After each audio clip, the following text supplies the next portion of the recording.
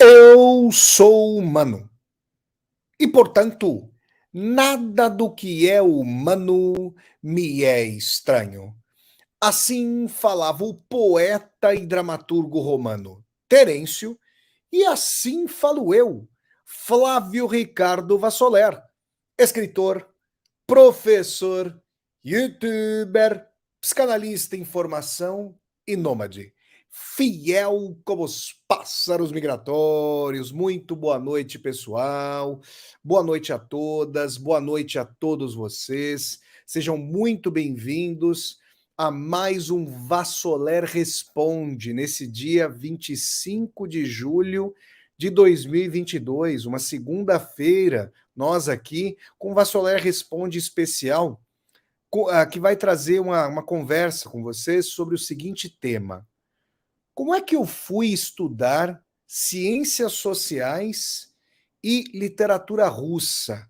Né, eu venho, o canal está prestes a completar, esse meu canal do YouTube está prestes a completar 2 anos de vida. Parabéns, parabéns. Hoje é o seu dia, que dia mais feliz. Está chegando, gente, o segundo aniversário do canal. Eu já até esparsamente, né? Eu fui falando várias vezes, olha, fiz ciências sociais lá na Faculdade de Filosofia, Letras e Ciências Humanas da USP. Aí eu fiz mestrado e doutorado lá no Departamento de Teoria Literária da Faculdade de Letras da USP. Aí eu fiz parte do mestrado na Universidade Russa da Amizade dos Povos em Moscou. Fiz parte do doutorado e o pós-doutorado lá na Northwestern University, que fica em Evanston, na verdade, cidade ao norte de Chicago, lá nos Estados Unidos. Eu fui contando para vocês, né? Foi uma trajetória, gente, que me levou para vários locais aí do mundo, que me fez estudar outras línguas. E muitos de vocês, ao longo desses 2 anos do meu canal do YouTube, da existência do meu canal, me perguntaram, Vassoler, como é que você fez as escolhas acadêmicas? Como é que foi a sua trajetória? Então, esse Vassoler Responde vai ser dedicado inteiramente a esse tema, e vocês já podem colocar o boa noite de vocês aqui e já podem começar fazendo as perguntas de vocês, porque esse Vassoler Responde é interativo. Está sendo ao vivo aqui, ó. Bom, se você está assistindo a esse vídeo gravado, claro, você pode deixar sua pergunta aqui embaixo, mas vocês que estão assistindo aí, podem colocar, por favor, as perguntas de vocês aqui no chat do YouTube. Vou pedir para o pessoal do Instagram vir para o YouTube, para o pessoal do Facebook vir para o YouTube, e quero pedir para vocês darem um like no vídeo, curtam o vídeo, disseminem esse vídeo pelas redes sociais, para que nós possamos chegar cada vez mais e mais pessoas. Quem estiver assistindo a esse Vassoler Responde, não estiver inscrito ou inscrita no canal, se inscreva aqui no canal e toque a sinetinha para poder receber as notificações. E estamos chegando, hein, gente? Vamos chegar a ser 56 mil pessoas aqui no canal.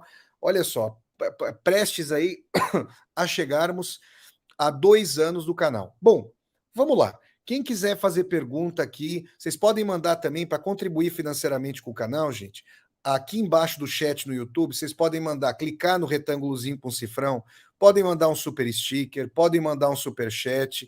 Quem estiver assistindo a esse vídeo gravado pode mandar um valeu aqui embaixo, clicar na tecla valeu, e é isso aí. Então vamos lá, pessoal. Olha, gente, primeira coisa que eu quero dizer, tem muita gente que está prestando vestibular, né? Olha, o Vassoler prestou vestibular, meu Deus do céu, gente, a última vez que eu prestei vestibular faz 20 anos. E eu vou contar para vocês. Faz 20 anos que eu prestei vestibular. E a primeira coisa que eu quero dizer é a seguinte: se você está prestando vestibular, ou se você está pensando em que rumo dar para sua vida, já fez uma faculdade, quer fazer outra, aí você, vamos supor, você acompanha o meu trabalho, fala assim, nossa, o Vassoler conhece a si próprio, sabe daquilo de que gosta, gosta dos autores e autoras aí, de determinadas áreas. Será que sempre foi assim? Não. Eu tive muita, mas não foi muito, assim, não foi, eu não tive dificuldade apenas e tão somente, eu tive muita dificuldade para poder me encontrar. Eu tinha bom desempenho na escola, ali no ensino médio. Eu fiz o ensino médio nos anos que a gente chamava na minha época de colegial, nos anos de 97, 98 e 99, né? E em 99, eu estava numa situação, inclusive familiar, tá difícil. Por quê? Quem tem mais ou menos a minha idade, ou mais velho, pessoa que for mais velha, vai se lembrar de que em 98 o senhor Fernando Henrique Cardoso se reelegeu. Estava havendo ali uma paridade cambial no Brasil. Na época ali, gente, tinha paridade entre o dólar e o real. Uma coisa inusitada na história brasileira.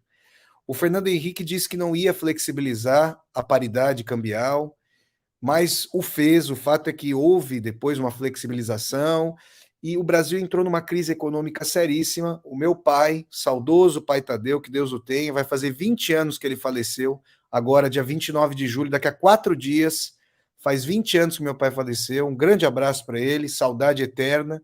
Meu pai perdeu emprego no começo daquele ano. E por que eu estou dizendo isso? Porque justamente no último ano ali do ensino médio, quando você tem que tomar a decisão ali sobre que carreira escolher, a pressão aumentou, né? Porque eu, como vocês sabem, eu venho da família da classe trabalhadora, né? E eu tinha que fazer universidade pública, não tinha jeito. Nossa, minha família não tinha condição aí de arcar com os custos de uma universidade privada. E a época do senhor Fernando Henrique Cardoso, gente, né? Antes dos governos progressistas no Brasil, vocês acham que havia ProUni? Vocês acham que havia bolsas de estudo em universidades privadas? De jeito nenhum. Era uma situação aí dificílima. Então, eu tinha que escolher uma carreira e, e tinha ali que passar em uma universidade pública, não tinha jeito. E aí o Antônio Nelson, um abraço aqui para o Antônio Nelson, está perguntando quantos anos eu tinha. Então, Antônio, eu tenho agora, vou fazer 41 agora em novembro. Estou falando, em 99 eu fiz 18 anos, tá? Então estava ali terminando o ensino médio.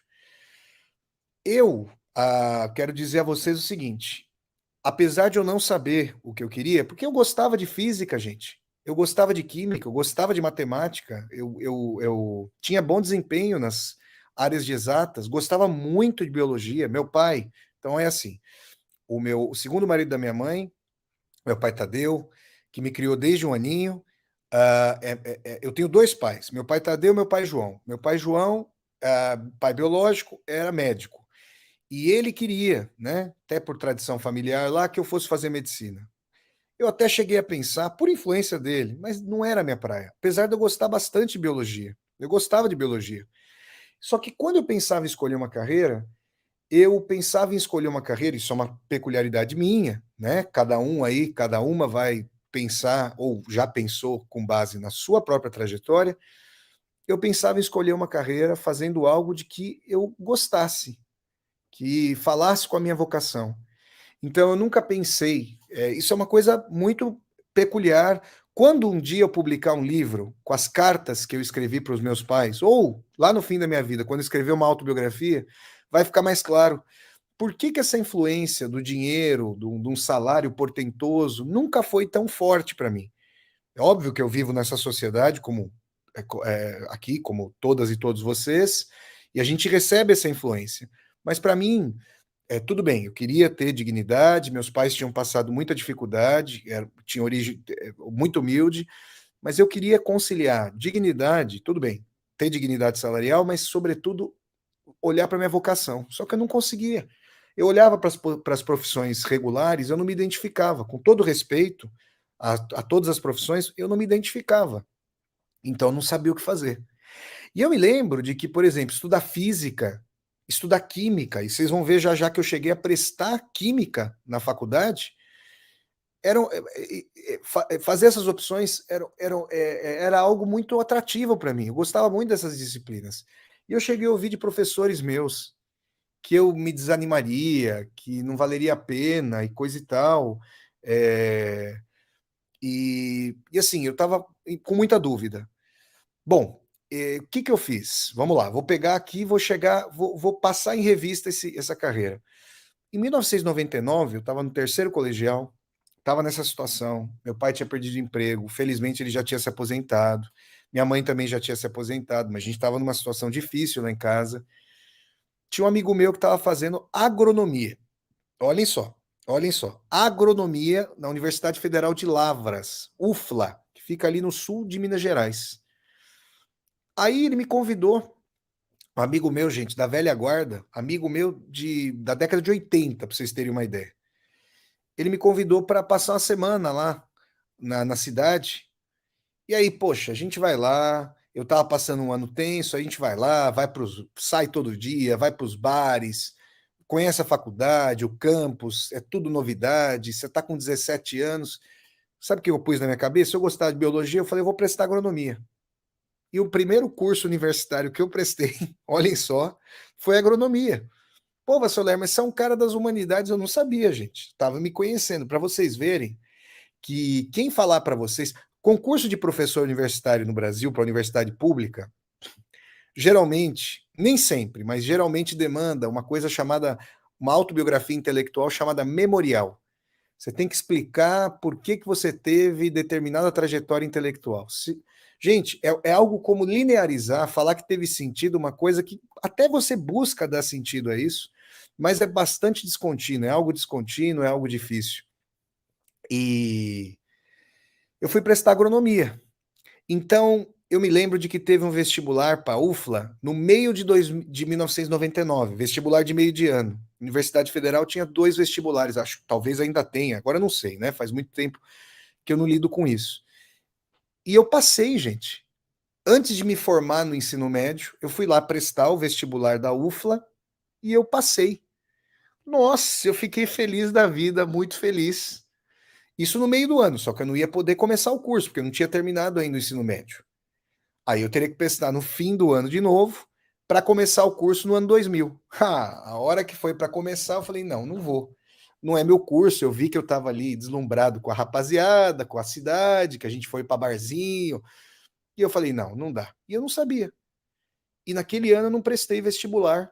No fim de 99 eu não prestei vestibular. Eu quero dizer uma coisa para vocês. Eventualmente existem pessoas que estão na minha situação, que estiveram na minha situação também. Eu e minha irmã somos a primeira geração da nossa família a fazer faculdade. O meu pai biológico era médico. Eu nunca vivi, né? Junto com meu pai biológico. Minha mãe e meu pai se separaram quando eu era muito novinho, muito bebezinho, antes de 1 ano. Então, até que eu não estivesse na universidade, parecia, e não é uma coisa só psíquica, não, é psíquico-social. Parecia que era um horizonte que eu não alcançaria, porque o peso de você fazer algo que expande o horizonte da geração anterior dos seus pais, a que eles não tiveram acesso, porque o Estado brasileiro comete historicamente, com seus governos reacionários, crime contra boa parte da população, não dando acesso à educação, isso era uma coisa muito forte para mim. Então, era uma coisa muito louca. Depois que eu entrei na universidade, era coisa de se formar. Parecia que esse horizonte, será que chega? Será que chega?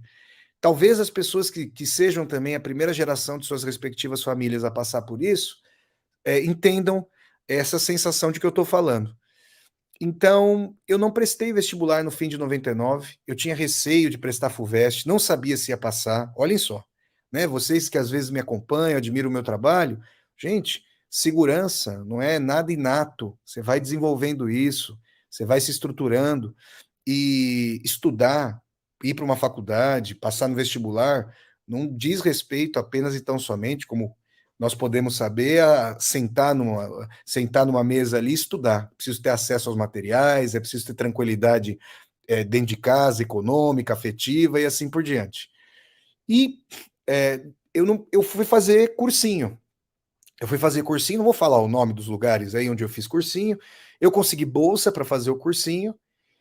E no primeiro ano, olhem só, fiz 2 anos de cursinho, aí vocês vão ver a trajetória. No primeiro ano eu fui prestar química. Ô, Vassoler, mas por que você foi prestar química? Porque eu adorava.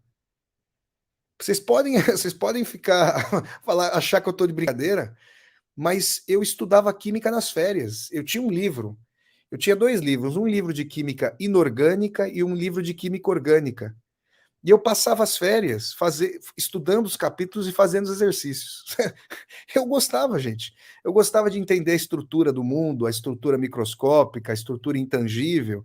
Eu achava aqueles exercícios para descobrir a pilha, questão de pH. Eu gostava muito de química. E eu fui prestar química. Aí sim eu prestei todas as universidades. E eu fui muito bem, eu passei no curso, mas chegou ao fim daquele ano, Eu tirei uma belíssima nota no vestibular, inclusive da FUVEST, não fui fazer. Ah, Vassoler, você está de brincadeira, rapaz. Você não foi fazer o curso? Não fui. Não cheguei a me matricular, nem em agronomia, nem em química. Por quê? Porque teve uma coisa que mudou a minha vida. Na verdade, não foi uma coisa, é um processo. Eu já era leitor, né?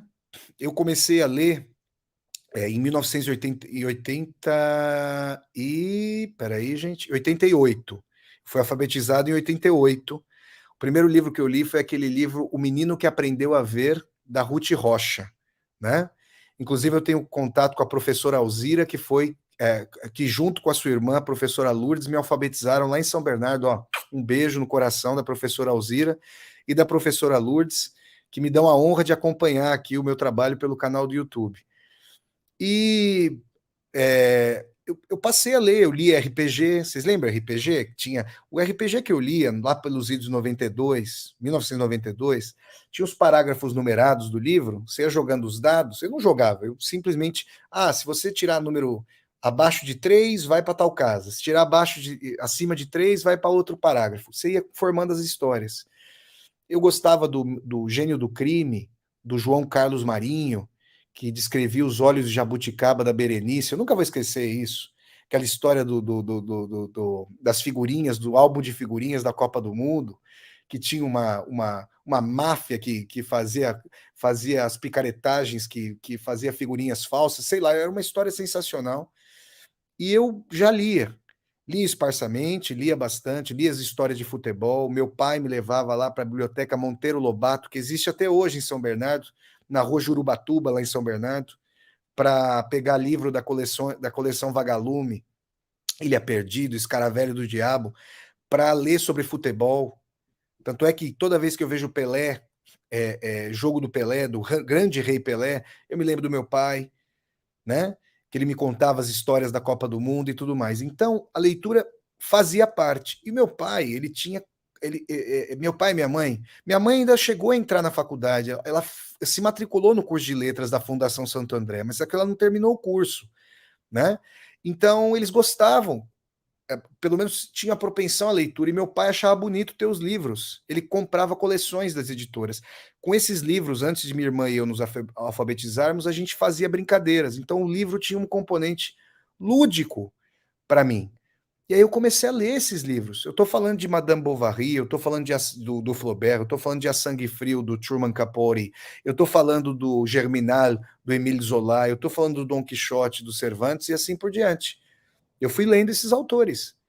Então, quando eu descobri que eu conseguiria passar efetivamente, pragmaticamente no vestibular, eu falei assim: eu vou prestar um curso de humanidades. E num primeiro momento, eu me lembro até hoje, em julho do ano 2000, então nós estamos falando de 22 anos atrás. Eu morava lá em São Bernardo, eu frequentava uma livraria, tinha um shopping lá em São Bernardo, Shopping Metrópole, que tem até hoje. Né? Fui lá, antes de vir aqui para Portugal, fui lá para esse shopping. E tinha uma livraria, não sei se existe ainda essa rede de livrarias, mas era a livraria que eu frequentava. Vocês acham que ia para a loja? Vocês acham que eu queria comprar roupa? Primeiro que eu não tinha dinheiro para comprar roupa. Eu ia para a livraria, gente. E eu ia lá para a livraria Siciliano. Não sei se existe ainda. Quem souber se existe aí, ó, pode falar se existe a livraria Siciliano. Mas na época lá existia. E eu achei eu achei 3 livros chamados Histórias do Poder, com organização do Alberto Dines e do Florestan Fernandes Júnior. E o Florestan Fernandes Júnior trabalha na TV 247, onde hoje eu trabalho. Então é uma honra para mim trabalhar na TV 247 e poder estar na mesma casa aí do grande Florestan Fernandes Júnior, que é filho, né, grande jornalista e filho do Florestan Fernandes, o maior sociólogo que já houve aí na história do Brasil. Inclusive, a Biblioteca Central da Faculdade de Filosofia, Letras e Ciências Humanas da USP tem o nome do Florestan Fernandes, né? Muito bem. Eu li esse livro, Histórias do Poder. Eram 3 livros com entrevistas com personalidades do mundo político, cultural, falando da República Brasileira, do implemento. Eu devorei aqueles livros. Eu li aqueles livros. Ali, o meu gosto por política já existia. Eu já era bem interessado em política, bem politizado, e eu decidi, eu li aquela revista Caros Amigos, né? Eu não sei ainda se existe mais, mas foi muito importante para minha formação política, Caros Amigos. E eu tinha pensado lá no ano 2000 em prestar ciências sociais pela primeira vez por causa desses livros. Mas porque eu queria, vejam só, porque eu queria ser político, porque eu queria fazer política naquele ano, eu falei, eu vou fazer direito. Porque eu achava que fazer o curso de direito me daria subsídio para eu poder compreender a sociedade, para eu aprender, bom, primeiro entender o ordenamento jurídico e depois entender as bases históricas, sociais, filosóficas dessa sociedade, para lutar para transformá-la. Era essa a minha ideia de fazer o curso de direito. Vocês podem pensar, pô, Vassoler, mas também é um curso que tem um mercado de trabalho muito amplo. Eu estava, juro para vocês que eu estava menos preocupado com isso e mais preocupado com a minha formação. Eu imaginava que eu pudesse ser juiz, que eu pudesse que eu pudesse ter um cargo que contribuísse para a sociedade. Eu conhecia muito pouco do direito, era uma coisa muito vista de fora, idealizada, e aí eu prestei. Depois que eu prestei química, eu fui fazer um segundo ano de cursinho, vejam vocês, também tinha bolsa no cursinho, e eu prestei, fazia prova de bolsa, né, gente? Eu conseguia, felizmente, ir bem, pegava a bolsa lá, e aí eu prestei direito. Então, eu estou falando do ano de 2001. Esse foi o penúltimo, eu já era veterano dos vestibulares. No ano de 2001, eu prestei o vestibular. Aí eu prestei direito em dois lugares. Eu prestei direito na USP e eu prestei direito na Unesp. Eu vou contar a história para vocês. Aliás, o que aconteceu no fim daquele ano de 2001 foi ser importante para mim para eu estudar Dostoiévski. E eu vou contar aqui para vocês. Eu prestei a primeira fase. Na época em que eu prestei, não sei como é hoje, gente. Quem tiver prestando vestibular e souber como é a FUVEST hoje, coloca aqui, gente. Coloca aqui no chat aí para falar para mim. Na época em que eu prestei o vestibular, a FUVEST tinha duas provas, cada uma com 80 questões de múltipla escolha, testes, de A a E. E você tinha que tirar uma nota de corte mínima, que eu imagino que ainda aconteça, para o mestre, aí o mestre Marvolo está falando assim: passar em direito na USP é extremamente difícil. Você fez um bom cursinho pré-vestibular. Quando largou, o que sua família pensou? Eu vou contar, mestre Marvolo, obrigado aí pelo apoio aqui, muito obrigado. Pode deixar que eu vou contar aí o que aconteceu. Eu vou chegar até aí, só não vou adiantar porque eu já vou chegar até aí. Pode deixar. E obrigado pelo apoio, viu? Então é o seguinte: no final daquele ano 2001, eu prestei a primeira fase da FUVEST. Eu fui muito bem nas provas. Eu tirei uma boa nota. O direito não é tão concorrido quanto medicina, mas a nota, se eu bem me lembro, a nota que eu tirei, a memória é boa. Eu tirei uma nota que seria suficiente para passar no curso de medicina. Eu fui bem no vestibular, fui bem. Fiquei muito feliz com isso. A segunda fase, quando você ia bem na primeira fase, a segunda fase, vamos dizer assim, se você mantivesse um desempenho bacana, estaria meio que garantida. Se você fosse bem na primeira fase, ficasse bem acima da nota de corte e tal, e não sei o quê. Quando acabou a primeira fase, à época, eu estava namorando uma moça que tinha feito cursinho lá no mesmo local comigo. Tem o Renatão, o Samuel, que até hoje eu tenho contato com eles, um grande abraço para eles. E eu estava namorando uma moça, e a gente foi passar o Natal e o Ano Novo juntos, e na biblioteca dela tinha um livro que mudaria a minha vida, chamado, talvez vocês tenham ouvido falar, acho que eu ouvi falar já, do Crime e Castigo, de um tal de Dostoiévski. Esse livro estava sendo lido por uma amiga minha, a Vânia, um grande abraço para a Vânia, nas escadarias desse cursinho, onde a gente estudava. Eu fui perguntar para ela, ela falou que estava encantada, e eu fiquei curioso. Como a minha ex-namorada tinha o livro lá na estante dela, eu falei, você não me empresta? Ela foi muito delicada, muito gentil, ela me deu o livro de presente. E meses depois, quando tinha saído o resultado do vestibular lá para o curso de Direito, eu estava lendo o Crime e Castigo. E o Raskolnikov, vocês podem saber, era ex-estudante de Direito. Só que uma coisa curiosa é assim, eu tinha ido para Porto Seguro no fim de 2000, depois que passou Ano Novo, eu fui para Porto Seguro, logo janeiro de 2002. Quando saiu o resultado da Unesp, gente, eu estava lá em Porto Seguro, eu estava sozinho. Bom, eu sempre fui ermitão, né? Sempre fui o lobo solitário, o lobo da steppe, vamos dizer assim. Mas eu estava lá sozinho. Mas naquela hora, gente, pô, a hora que saiu o resultado da Unesp, que eu fui ver na internet, que tinha aquelas lan houses, puta, eu fiquei feliz da vida. E naquela época eu nem tomava umas e outras. Hoje eu tomo um pouquinho, mas na época eu não tomava nada. Só que tinha aquele Smirnoff Ice. Eu falei, não, eu vou tomar. Eu tô tão feliz que eu vou tomar. E era de manhã quando saiu o resultado. E ninguém quis comemorar. Eu falei, quer saber de uma coisa? A hora que sair o resultado da USP, eu não vou estar aqui, não. Eu vou voltar para casa, quero abraçar minha mãe, meu pai, minha irmã, quero abraçar todo mundo lá. E aí eu resolvi voltar para São Paulo. Quando saiu o resultado lá da faculdade de Direito, eu passei. Minha irmã passou no mesmo ano, porque eu tinha feito cursinho, minha irmã é um pouco mais nova. Minha irmã passou em Educação Física. Então, para minha mãe e para o meu pai, foi uma realização enorme. Minha mãe tinha sonhado que a gente pudesse estudar na USP e os dois passaram juntos. Foi um dos momentos mais felizes da nossa família lá. Eu nunca vou esquecer desse dia. E eu fui fazer o curso de Direito. Esse eu fui fazer. Fui lá, me matriculei no curso e fui fazer. Só que, só que eu fiquei, só que eu fiquei no curso um ano, menos de um ano, porque eu só frequentei aula no primeiro semestre, segundo semestre eu nem ia mais. Aí vocês vão me perguntar, o que que foi, o que que aconteceu? E eu quero falar com muito respeito às pessoas que são advogados, advogadas, pessoas que estão na carreira jurídica e tal, né? Primeiro tem uma coisa com a Faculdade de Direito do Largo São Francisco, ali da USP. É uma faculdade, junto com a Faculdade de Direito de Olinda, se eu não me engano, são as duas mais antigas faculdades, né, do Brasil, 1817, se eu não me engano, tem até a carta do decreto Dom Pedro I lá, fundando a faculdade. E tinha uma coisa muito autocentrada, de congratulação de quem estuda lá na São Francisco e tal, e isso não dizia respeito a mim, né? Eu não fazia parte de uma classe dominante, de filões ali que já tinham universitários em sua família de muito tempo, né? Gente, tinha pessoas ali milionárias na sala de aula. Vocês sabem a desigualdade que é o Brasil, né?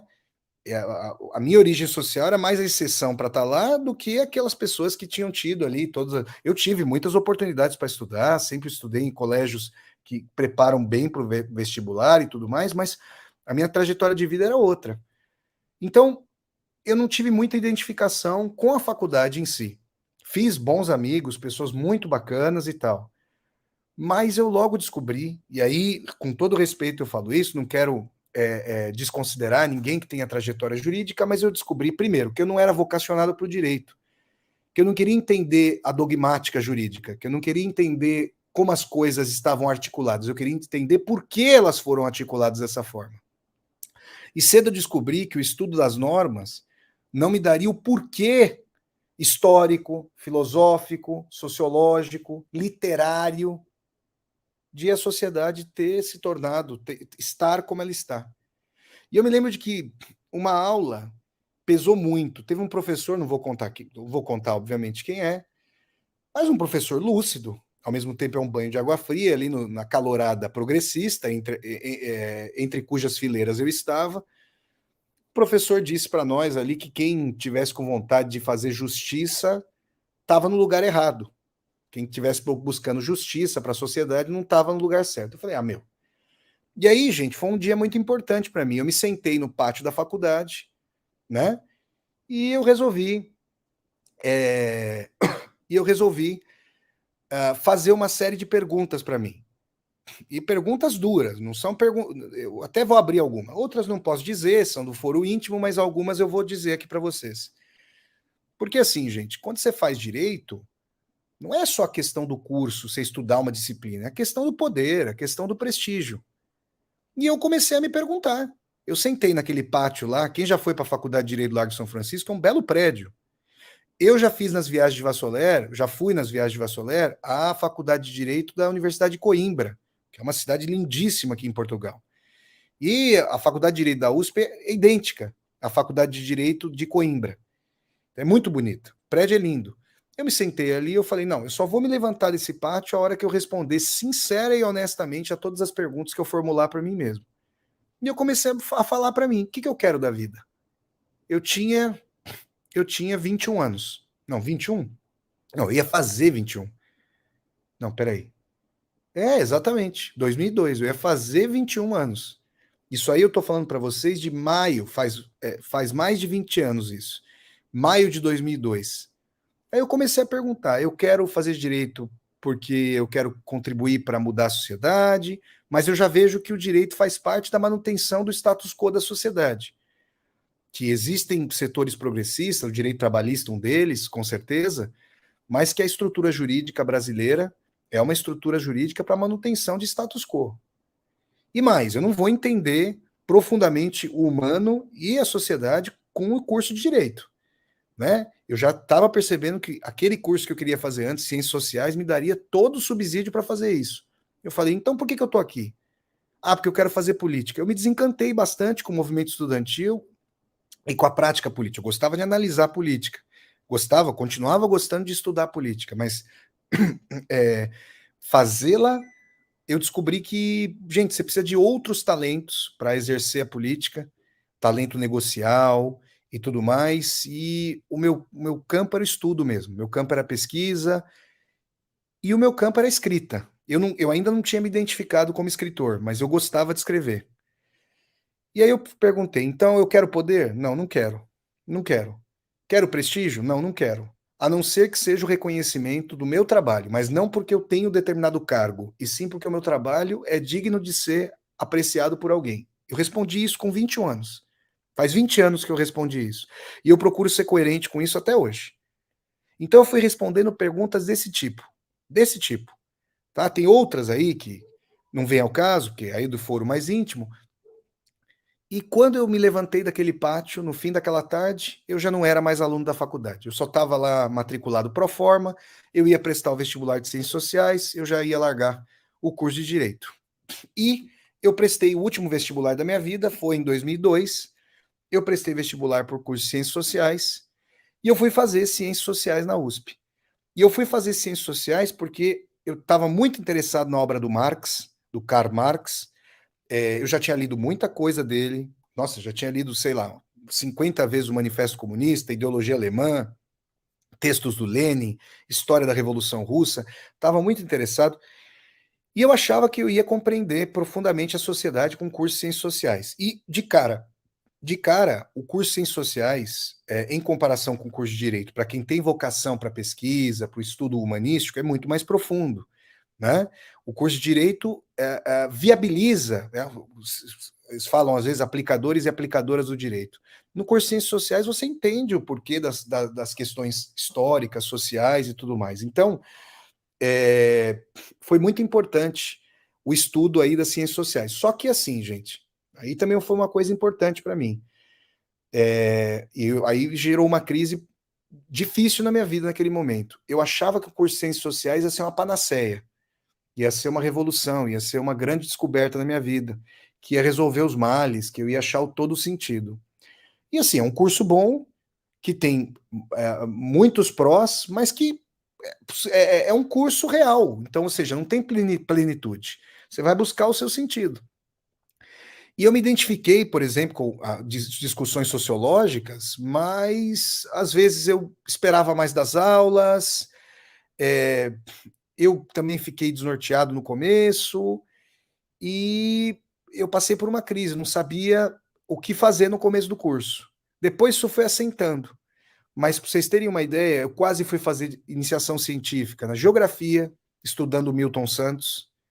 Porque assim, quando era demandado de mim que eu tivesse que escolher um método, por exemplo, o marxismo, para entender a realidade, isso era um problema para mim, eu achava um problema. Por quê? Por exemplo, um exemplo de que eu já falei muitas vezes aqui no meu canal.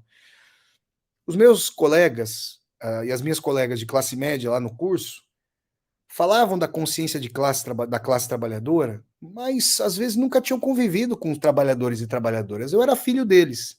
Então eu sabia que aquela consciência de classe livresca e abstrata não se coadunava ao trabalhador e à trabalhadora reais, que tinham vontade progressista de melhorar de vida, mas que carregavam consigo várias contradições da sociedade, Então, faltava para mim o ser humano nessas discussões de forças produtivas do marxismo.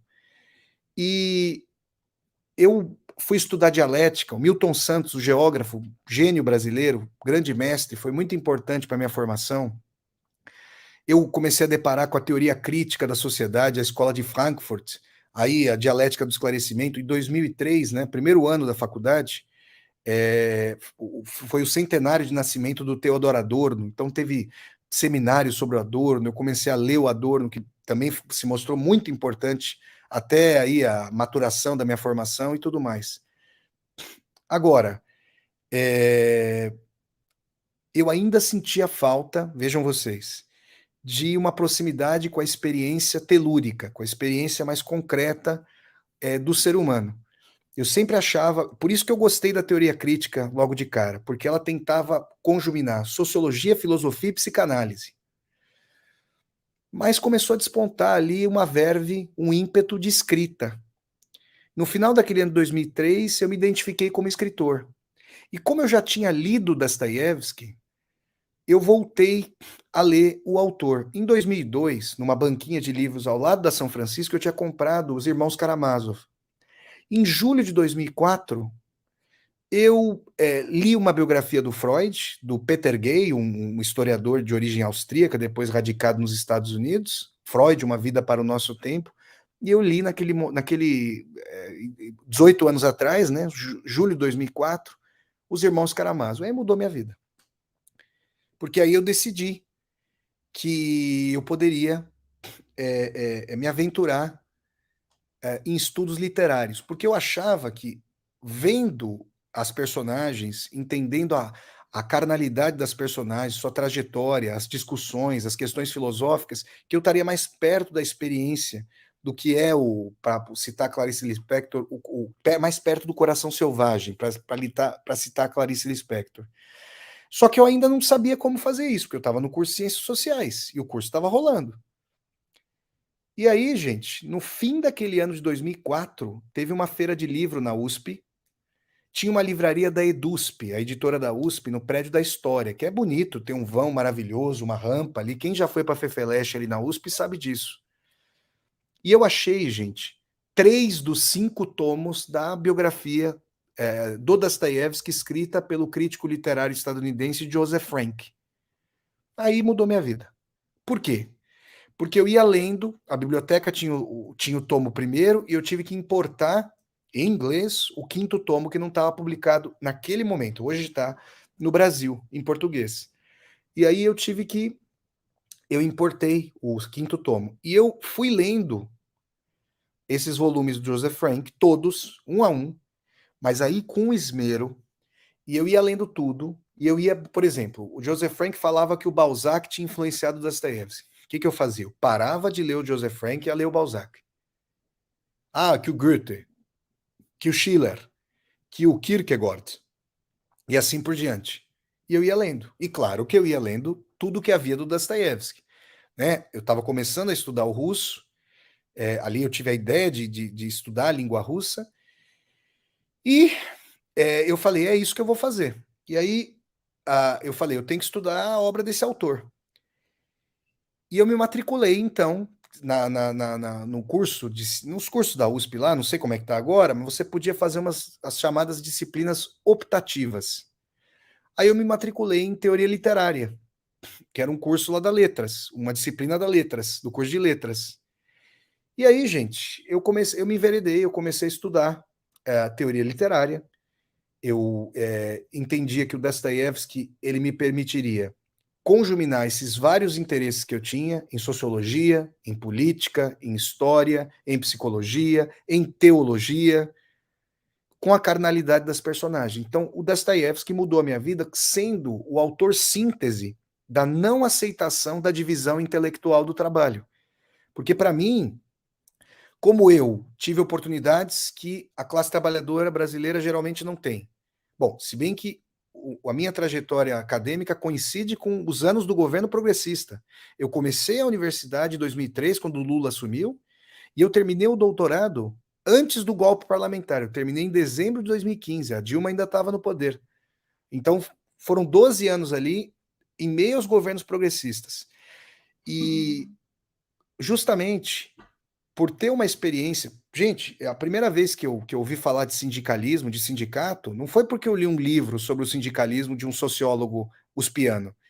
Foi porque na garagem da minha casa, o pessoal às vezes fazia um churrasquinho, meu pai fazia um churrasquinho para a rapaziada da empresa, e tinha uma mini assembleia para os caras deliberarem se iam parar, se não iam parar, o que, que iam fazer. A, a, em 89, a primeira eleição presidencial que eu acompanhei, eu tinha 8 anos de idade, mas eu me lembro muito bem dela, lá no bairro dos Casos, onde eu morava em São Bernardo, só tinha Lula. Você acha que tinha alguém que votava em Collor? Só tinha Lula. Agora, na escola particular onde eu estudava, só tinha Collor. E aí, essas coisas me marcaram muito. A dimensão de luta de classes, a dimensão de diferenciação social com relação aí ao posicionamento econômico, mas também as contradições daqueles que atribuem um caráter revolucionário para a classe trabalhadora sem conhecê-la de perto, sem perceber que tem vários valores conservadores nas camadas populares. Tudo isso me chamava atenção para explicações que não fossem lineares, que não fossem unidimensionais para os fenômenos da vida. E tudo isso veio com a verve da escrita. Eu tinha, desde cedo, eu ouvia eu ouvia vozes, eu ouvia personagens em mim, conversava com elas, inclusive, e até que eu descobri que eram as minhas amigas e amigos literários aí que iam ser transmutados no texto. Só que, da mesma forma que eu tenho um hibridismo de formação aí intelectual, eu não faço divisão entre o ensaio e a ficção na literatura. Eu adoro escrever ensaio, que é uma forma híbrida, e gosto muito de escrever ficção também. Vocês podem ver pelos 5 livros que eu já publiquei. Então, no meio do curso de Ciências Sociais, eu comecei a fazer disciplina na Letras. E eu fiz todas as disciplinas do departamento de Teoria Literária. Né? Teoria Literária 1 e 2, Introdução aos Estudos Literários 1 e 2, e fiz as disciplinas também do departamento de Russo, de Letras Orientais, e comecei a fazer língua russa.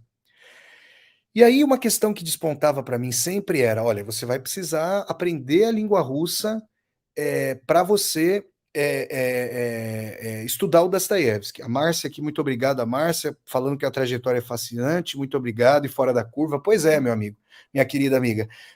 Eu vou dizer para vocês, assim, eu já falei isso na live do sábado, para comemorar 1 ano e meio aqui na Europa, e mesmo que eu ainda não soubesse de todo, eu acho que fazer a minha vida de acordo com a vocação e não só para sobrevivência, que foi, infelizmente, o que minha avó, meu pai e minha mãe tiveram que fazer, era uma forma de redimir a vida deles, porque eles nunca puderam perguntar de que eu gosto, o que eu quero fazer na minha vida, o que eu posso fazer na minha vida. E me deram essa oportunidade. Então eu procurei, vamos dizer assim, geralmente, né? Você primeiro tem um advogado para depois você ter um artista, para depois você ter um pensador. Por quê? Porque o advogado vai assentar uma base de classe média para a família e de repente o filho pode ter um caminho outro, um caminho mais próximo da vocação. Eu pulei essa fase do direito, que seria uma solvência, uma vida material mais tranquila, para apostar. Foi uma aposta, gente. Foi uma aposta. Ah, Vassoler, mas você confiava em si mesmo? Não, eu confiava em mim, eu confiava que eu podia. Eu não sabia o que eu poderia fazer. Eu via uma carreira acadêmica, eu comecei a estudar as línguas estrangeiras também como uma forma de eu poder trabalhar, porque eu não sabia. Minha mãe, quando eu fui largar o direito, minha mãe falou: Meu filho, o que você vai fazer? Minha mãe falou: Mas o que é ciências sociais, meu filho? E eu falei: Mãe, eu vou fazer isso. E aí eu fui estudar as línguas para ter alguma carreira. Eu comecei a trabalhar depois como professor particular de línguas estrangeiras. Mas o que eu quero dizer a vocês é que foi um caminho muito errante. E eu comecei a fazer iniciação científica no Departamento de Teoria Literária em 2006. Em 2005 eu já tinha terminado, em 2004 eu comecei a ler o Joseph Frank, no fim do primeiro semestre já tinha devorado os 5 volumes. Gente, é uma quantidade de leitura que até hoje me impressiona, porque realmente eu comecei a virar um ermitão mesmo, assim, eu ficava lendo, ficava fazendo, e na época eu fazia o fichamento, eu anotava, eu ia refletindo, e eu comecei a fazer uma iniciação científica no departamento de teoria literária, né? Eu não vou entrar no mérito aqui do que eu estudei especificamente, já era na obra de Dostoiévski, porque eu quero contar mais para vocês, assim, os marcos de como foi uma trajetória, gente. errante mesmo. Eu fiz a iniciação científica, só para nomear, eu estudei as leituras diferenciais do Boris Schneiderman e do Luiz Felipe Pondé sobre a obra de Dostoiévski, em diálogo com Mikhail Bakhtin, o Problemas da Poética de Dostoiévski, muito importante para mim. E eu achava que eu tinha algo novo, algo inusitado para dizer, como eu acho que eu fiz na minha tese de doutorado. Eu defendo isso na minha tese de doutorado, isso muitos anos depois. Em 2006, eu estava no penúltimo ano do curso de Ciências Sociais. Eu não larguei o curso, não fui fazer letras, por quê? Porque ia demorar muito mais. Eu falei, não, vamos terminar aqui a graduação numa boa e depois eu faço o mestrado e o doutorado na letras, na teoria literária. E foi o que eu fiz. Em 2007, eu me formei no curso de Ciências Sociais. Eu estudei bastante, eu aproveitei, eu tinha mais predileção pela sociologia, mas eu gosto muito de política, bom, todo mundo sabe aqui que acompanha o meu trabalho, e também estudei muito antropologia. Então eu fiz um curso que foi bem aproveitado, mas eu li, e eu considero isso muito importante. Eu li muitas coisas fora do curso. E quero até dizer que as conversas com colegas do curso de Ciências Sociais, ao fim do curso, eram muito monocórdias, porque eles e elas tinham lido as mesmas coisas. Pouca gente tinha lido fora das ciências sociais, e eu tinha lido muito Freud, eu tinha lido muita literatura, filosofia, né? Psicologia. Então, a minha formação, ela foi uma formação que eu diria anticanônica, no sentido de não. Isso também diz respeito a uma propensão anarquista aqui do Vassoler, que não é porque a instituição, não é porque um poder diz que tal coisa é assim que eu vou aceitar. É uma coisa meio xaropona, né? Meio anarquista, mas é o que eu sempre quis fazer. Ou seja, não, eu vou seguir uma trajetória própria, eu vou seguir aquilo que canta comigo. O que eu fazia? Uma coisa que eu sempre gostei de fazer, tanto em bibliotecas quanto em livrarias. Às vezes eu vou para uma livraria, eu vou para uma biblioteca para buscar tal livro, mas eu começo. Às vezes você vai para a gôndola lá, para a estante de tal livro, você acha outro. Aí, antes de eu ir sentar na mesa para verificar se ia pegar aqueles livros ou eventualmente comprar um outro livro, eu ficava lendo os demais. E eu fazia essas leituras esparsas, elas me ajudaram muito a ter um olhar periférico, assim, a ter um olhar de correlação. E obras também que me ajudaram muito lá atrás foram O Convite à Filosofia, da Marilena Chauí, e As Eras, do Eric Hobsbawm, A Era do Capital, A Era das Revoluções, A Era do Capital, A Era dos Impérios e A Era dos Extremos. Por quê? Porque elas me ensinaram, me deram uma base da história das ideias e da história da modernidade. Então eu conseguia situar os autores e autoras, as obras, e conseguia interrelacioná-los bem. Quando eu fui estudar o Dostoiévski, eu levava então esse aporte da filosofia, da psicologia, das ciências sociais para a literatura e aprendi a fazer a análise literária imanente ali na teoria literária. Foi tudo muito importante. Só que tinha essa questão da língua russa. Eu já estava estudando russo há um ano e sempre as pessoas me diziam ali na letra: você vai precisar aprender o russo. E eu, meu Deus, né? No final de 2006, eu fui fazer um mochilão. Eu tinha começado a trabalhar, aí eu consegui juntar um dinheirinho para fazer um mochilão aqui na Europa. Eu passei 3 meses aqui nas férias de fim de ano, entre dezembro, meados de dezembro e comecinho de fevereiro. Eu passei 3 meses aqui e ali eu decidi que eu queria morar fora. Ó, vocês veem que essa coisa de nomadismo, essa coisa de morar fora do Brasil, ela já vem comigo há muito tempo, né? E a princípio eu ia morar em Buenos Aires. Vocês não vão acreditar. Tinha um rapaz, gente, eu nunca mais vi esse rapaz. Tô tentando achar aqui o como achei. Comando do ar-condicionado, que tá um calor aqui em Portugal que vocês não imaginam. Tinha um rapaz com quem eu tinha falado, sei lá, 2, 3, 4 vezes na faculdade. E o cara era gente boa. Eu nunca mais vi esse rapaz. Mas num determinado momento a gente estava ali trocando uma ideia no corredor da faculdade, lá no prédio de Ciências Sociais, que era um prédio de Ciências Sociais e Filosofia. Aí o rapaz vira para mim e fala assim: Ô alemão, meu apelido era alemão, né? Ô alemão, olha só, eu tô indo para Moscou, rapaz. Falei, é mesmo, meu? Como assim? Não, porque é o seguinte, eu achei uma empresa aí chamada Aliança Russa que faz a intermediação para você ter contato com a Universidade Russa da Amizade dos Povos. Aí você consegue fazer o curso preparatório de língua russa para depois você ingressar numa faculdade. E eu quero fazer um mestrado em cinema lá em Moscou, na Mosfilm. Falei, você tá de brincadeira? Sério? Porra, Mosfilm? Tarkovsky trabalhou com a Mosfilm, pelo amor de Deus. Eu falei, passa o contato para mim. O cara passou o contato para mim, gente. E eu nunca esqueço, era uma tarde, eu tinha dado um monte de aula de inglês naquele dia, era uma tarde provavelmente era uma quinta-feira de novembro de 2007, e eu liguei, lembro que eu liguei do celular para essa empresa Aliança Russa e marquei uma entrevista, era lá em Osasco, eu morava no Butantã, Osasco e o Butantã estão ali do lado. Era numa travessa da Avenida dos Autonomistas em Osasco. Para quem conhece Osasco aí, sabe onde fica. E eu fui conversar com a moça que trabalhava lá na empresa, ela me falou como é que funcionava, que eu poderia ir para a RUDN, a Rossiysk Universitet Druzhby Narodov, para fazer o curso preparatório. Eu queria saber o valor, né? A hora que ela falou o valor, quase caí de costa. Eu falei, meu, é acessível. Porque geralmente o pessoal quer ir para a Europa Ocidental. Então a Rússia, para atrair estudantes, fazia um valor mais acessível. Inclusive a moradia era acessível. Eu falei, eu estou indo embora. Aquilo que ia me fazer morar em Buenos Aires, eu juntei aí a fome com a vontade de comer, porque eu ia estudar o Dostoiévski em loco, lá em Moscou. E foi assim que eu fui morar em Moscou, fazer a faculdade preparatória, estudei a língua russa, me aprofundei lá e fui fazer pesquisa bibliográfica entre 2008 e 2009. Foi muito difícil, minha mãe teve um problema de saúde muito sério, quase que eu não pude ir, graças a Deus ela conseguiu se recuperar, mas foi um ano que me trazia muito medo, porque eu tinha medo que pudesse acontecer alguma coisa com a minha mãe, não aconteceu nada, felizmente. Eu morei em Moscou durante um ano. Ter morado, porque eu já tinha viajado aqui pela Europa, mas é muito diferente você viajar e você morar. Você sonhar em russo, você falar a língua todo dia, você ter um relacionamento, né?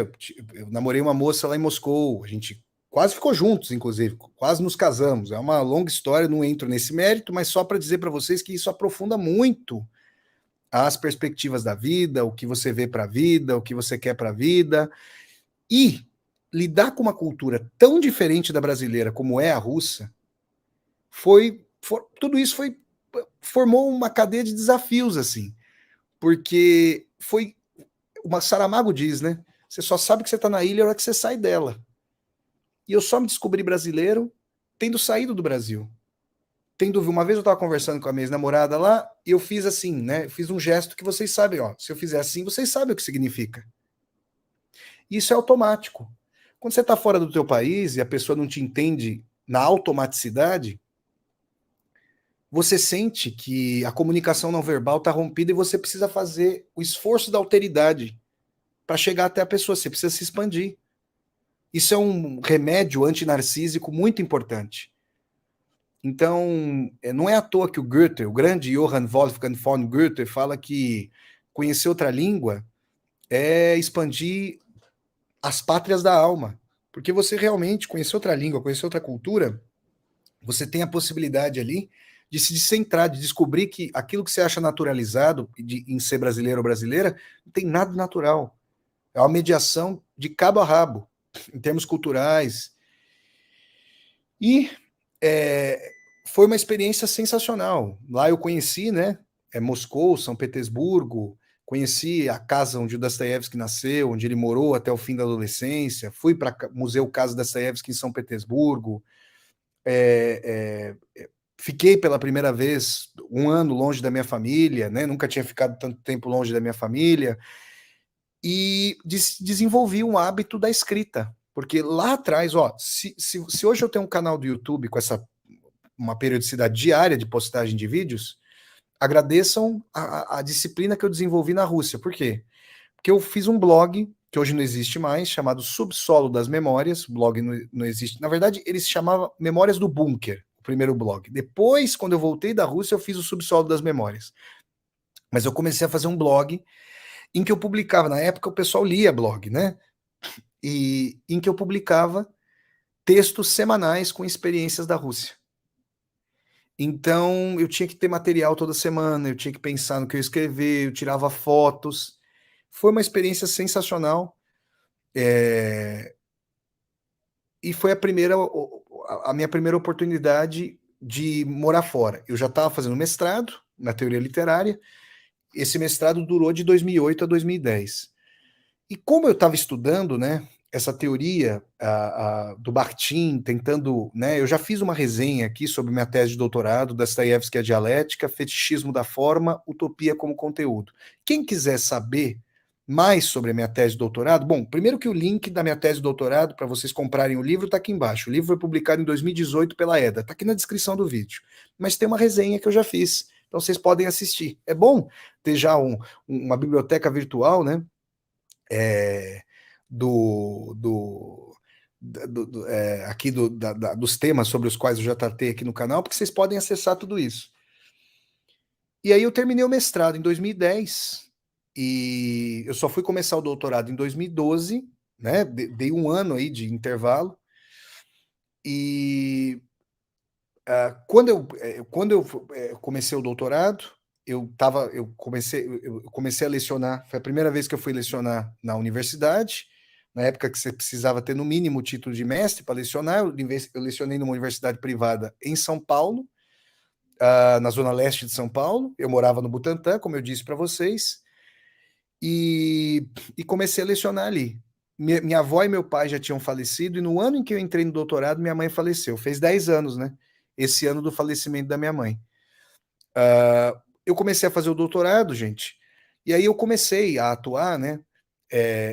Assim, eu ministrei cursos, já da época do mestrado, quando eu estava fazendo mestrado, quando eu voltei da Rússia, eu comecei a ministrar muitos cursos avulsos. Se vocês forem procurar meu currículo Lattes, que é o currículo acadêmico, ou se vocês derem um Google no meu nome, vocês vão me ver Casa das Rosas, Casa Guilherme de Almeida, Sesc, vocês vão ver Casa do Saber. Foram muitos os lugares, o Museu Brasileiro da Escultura, o MUB, foram muitos, realmente, várias universidades, a Universidade Federal Rural do Rio de Janeiro, Universidade do Estado de Minas Gerais, em Poços de Caldas, a Universidade Federal de Juiz de Fora. Eu fui para vários locais no Brasil, ministrando cursos de extensão, e isso foi me dando muito traquejo para falar com o público, para assim, para transitar aí entre as pessoas, para ligar vários temas, essa erudição adquirida, que continuou, né? Eu sempre vou continuar a ler até o resto da minha vida, tudo isso foi me ajudando bastante. Então, multidisciplinaridade, muito importante para a minha formação, leituras várias, de vários autores e autoras, não ficar especialista antes do tempo, ter um conhecimento da gama de temas que mais me interessavam, né? Vocês, pelo meu canal, vocês podem ver aí os temas que mais me interessam, e sempre me colocar, mandar currículo. Bom, você também vai conhecendo pessoas que gostam do seu trabalho, que reconhecem o seu trabalho. Um lugar que foi muito importante para a minha trajetória foi a Casa do Saber, né? Eu comecei a ministrar palestras na Casa do Saber em 2012, 10 anos atrás. Vai fazer 10 anos em novembro. Foi na véspera do meu aniversário que eu ministrei a primeira palestra sobre Dostoiévski na Casa do Saber, dia 10 de novembro de 2012. E a Casa do Saber, gente, tanto os cursos presenciais quanto os vídeos que vocês, muitas e muitos de vocês viram meus vídeos lá, eles mudaram a minha interação. Muitas pessoas chegaram ao meu canal por meio desses vídeos. Então, eu tinha uma coisa, né? Existe na universidade, não são todos os professores e professoras que pensam assim, mas existe. A universidade, os pesquisadores ficam na universidade. Nunca foi o meu ímpeto.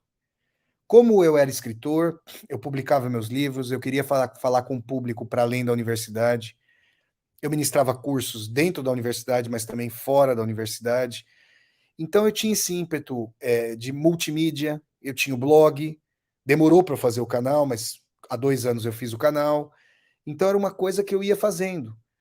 E no meio do doutorado, 2012, 2013, no final de 2013, eu lembro até hoje, eu fui conversar com o meu então orientador, o professor Jorge de Almeida. Eu mando um grande abraço, professor Jorge. E o professor Jorge ele veio me falar que ia ter uma abertura de edital para bolsas lá para doutorado sanduíche. Doutorado sanduíche, né? É parte do doutorado. Uma fatia do pão você faz no Brasil, outra fatia do pão você faz no exterior. E ele falou, né? Falou, olha, seria legal se você está desenvolvendo uma pesquisa muito séria sobre o Dostoiévski. Seria legal você que já teve experiência em Moscou durante o mestrado, seria muito bom se você pudesse ter uma nova experiência no exterior. E aí ele me falou isso. E eu falei, tá, mas e aí? Aí ele falou, então, tenta encontrar um professor, uma professora que possam orientar você e você participa. E eu não sabia, né? Eu falei, e agora? Sabe o que eu fiz? Eu tinha 2 exemplares da revista Dostoiévski Studies, Estudos de Dostoiévski, a revista internacional da Sociedade de Dostoiévski pelo mundo. Eu peguei, né, os e-mails dos professores que estavam na comissão editorial dessa revista, eu fiz um e-mail padrão em inglês e eu mandei. Falava de mim, falava da minha pesquisa e pedia, falava, olha, tem a possibilidade de eu obter uma bolsa de estudos aqui a partir do Brasil, então a universidade estrangeira não teria custeio, se o professor ou a professora me aceitariam. Eu tive, todos foram muito gentis, me responderam, muitos não puderam.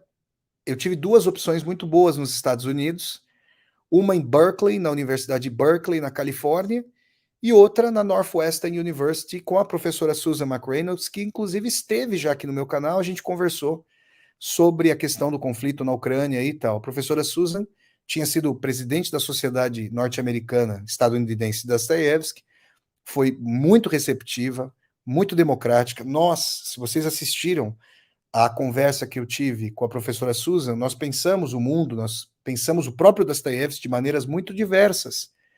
E nem por isso a professora Susan foi autoritária, quis impor uma visão, muito pelo contrário. Ela sempre foi muito democrática, muito aberta. Tivemos conversas assim muito prolíficas sobre o Dostoiévski, mesmo com visões de mundo diversas.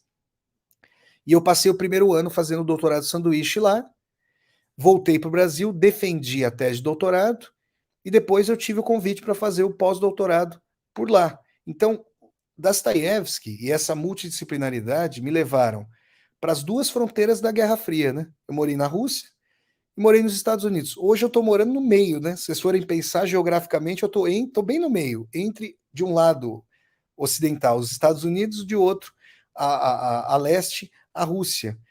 E a minha trajetória acadêmica, ela é retrato de uma pessoa que veio da classe trabalhadora e continua sendo um trabalhador, mas obviamente teve acesso a capital, vamos usar um termo sociológico do Pierre Bourdieu, né, o sociólogo francês, a um capital cultural a que a classe trabalhadora brasileira não tem acesso geralmente, porque sofre crime social, e isso me gabaritou para ter condições de trabalho melhores do que as condições de trabalho dos meus pais, dos meus ancestrais.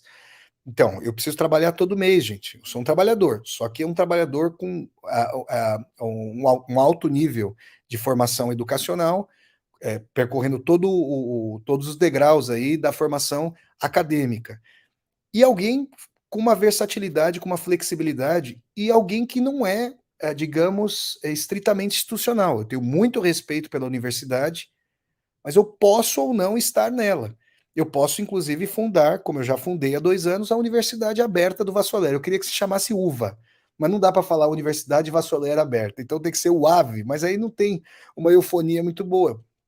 A Universidade Aberta do Vassoler, em que eu faço essas resenhas de livros, aqui no meu canal do YouTube, as resenhas de filmes, em que eu faço as leituras. Às vezes a maioria das pessoas tem muita simpatia, empatia, consideração, reconhecimento, mas tem pessoas às vezes que me perguntam, Vassoler, por que você faz vídeo de leitura? Por que você não analisa as leituras? Primeiro, porque eu analiso as leituras nas resenhas e nas aulas. Segundo, porque falta leitura hoje em dia. Eu quero que as pessoas tenham o ímpeto, a vontade de ler de novo. Né? Eu estou indo na contramão. Aliás, vocês estão vendo que eu fui em vários momentos da minha vida na contramão. Né? O que estava dado, eu fui lá e fiz uma escolha diferente. Então, eu resolvi fazer o canal porque muitas pessoas viam os vídeos em vários locais, mas faltava um canal meu. Quando eu ministrei a palestra no Café Filosófico, eu fui curador em 2018, em maio de 2018, de um módulo do Café Filosófico CPFL e TV Cultura, falando sobre Dostoiévski. Ali eu percebi o potencial, ali eu percebi realmente, né? Tinha 10 mil pessoas ao vivo naquele momento, e o vídeo hoje tem milhares, centenas de milhares de visualizações. E eu falei assim: não, eu preciso realmente ter um canal meu. Só que isso demorou ainda 2 anos para eu fazer. Porque justamente, gente, a gente tem uma formação mais tradicional para o pensamento assim de uma carreira universitária na academia, na universidade pública brasileira, você não, você pensa nesses moldes analógicos e tudo bem. Quando eu percebi o potencial desse molde virtual, nossa, gente, é uma coisa sem paralelo realmente. E depois de fazer o canal e depois de começar a Universidade Aberta do Vassoler com os cursos literários pelo Zoom, aí a coisa tomou uma figuração que eu não imaginava. Então, assim, quem assiste aos meus vídeos e fala assim, nossa, o Vassoler sempre soube o que ele quer. Não, o Vassoler teve muita dificuldade para saber o que queria. Muito, eu tive muita dificuldade. E hoje eu entendo essa dificuldade, porque a sociedade ela demanda afunilamento. E no caso da universidade, da formação, demanda especialização. Só que eu sempre uso essa imagem porque ela me parece muito prolífica. Como é que eu posso saber, numa régua de 40 centímetros, digamos, até se a sociologia vai até 12 centímetros, a psicanálise vai até 23, a literatura vai até 40, sei lá quanto? Como é que eu posso mensurar isso? Por que eu não posso somar ao invés de subtrair? E uma coisa que às vezes acontece, nem sempre acontece, tem muita generosidade no mundo acadêmico, mas como em todas as atividades humanas, e essa também é parte da condição humana, além de generosidade, você tem rivalidade. Então, às vezes, tem muita competição departamental em função daquilo que se estuda. E mesmo dentro de um departamento, se você estuda um autor litigado intelectualmente com outro, às vezes os pesquisadores e pesquisadoras pode acontecer de não conversarem entre si. E, gente, desculpa, mas eu não estou interessado. Eu sou a única religião que eu tenho é ser corintiano apostólico romano. Né? Eu visto a camisa do Corinthians. Eu não visto a camisa dessa ou daquela facção, ideologia e assim por diante, né? E eu consigo, sei lá, por exemplo, eu tinha muito interesse pelo marxismo. E o Marx é um dos maiores autores da história da humanidade. Agora, se a aplicação do marxismo não é factível, ou se a teoria se distancia muito da realidade, eu não vou fechar os olhos para a realidade e vou falar, não, o problema foi esse, aquele, mas a teoria está intacta. Eu já disse que eu não sou religioso. Eu tenho espiritualidade e não sou religioso. Ou seja, não me ossifico em dogma. A capacidade de autocrítica foi muito importante. E o Dostoiévski e o Platão, Sócrates, me ensinaram isso. Essa capacidade de você pensar a favor de si mesmo e contra si mesmo.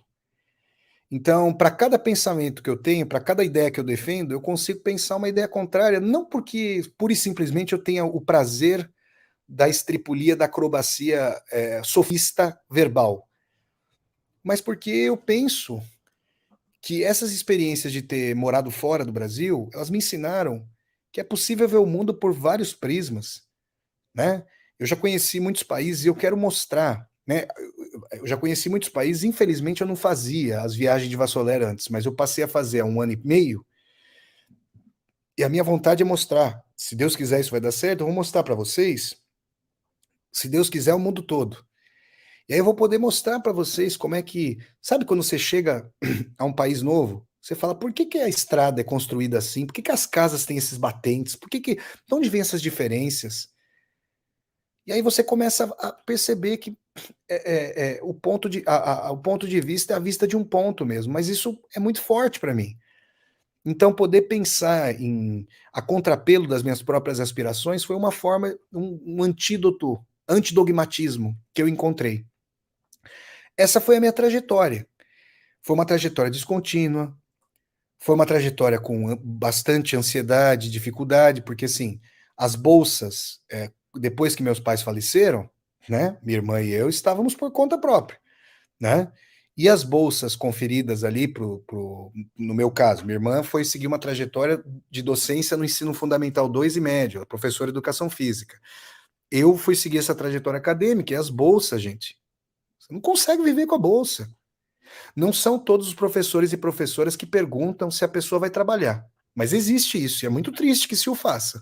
Como é que uma pessoa vai viver com 2.200? E olha que no Brasil, era a bolsa à época. Olha que no Brasil esse salário é maior do que a renda familiar de muitas pessoas. Isso é uma tragédia. Mas é difícil. Se você é casado, se você tem filhos, fica muito difícil para você poder ali sobreviver só com a bolsa. Então, invariavelmente, você vai dar aula, né? Vai dar aula particular, vai dar aula numa instituição, numa escola, numa universidade e assim por diante. Né? Você vai fazer aí o que for possível. Então, foram muitos momentos de não saber o que ia acontecer. E depois de 2014, vejam, em 2014 eu estava lá nos Estados Unidos. Peguei a bolsa para ir lá para fazer o doutorado de sanduíche na Northwestern, né? E, pô, eu estava feliz da vida. Por quê? Tinha um governo progressista no Brasil, ia ter eleição presidencial, mas eu achava que o Brasil continuaria crescendo e que os concursos iam continuar pululando. Amigos mais velhos que eu, que terminaram o doutorado antes de mim, tinham entrado nas universidades. E hoje estão até hoje nela, na Universidade Pública Brasileira. E não era contratado por. Não era professor temporário. Era professor concursado, ou seja, com estabilidade no emprego, segundo a nossa hoje atacada e vilipendiada desde o golpe parlamentar de 2016, Constituição de 88. Só que em outubro de 2014, a oposição se tornou golpista, não aceitou o resultado da eleição e a gente abriu as comportas do esgoto no Brasil. A bolsa que eu tinha, ela acabou quando eu voltei. Quer dizer, a minha bolsa permaneceu, recebi tudo direitinho do órgão de fomento à pesquisa, mas ela não existia mais. Cortaram tudo.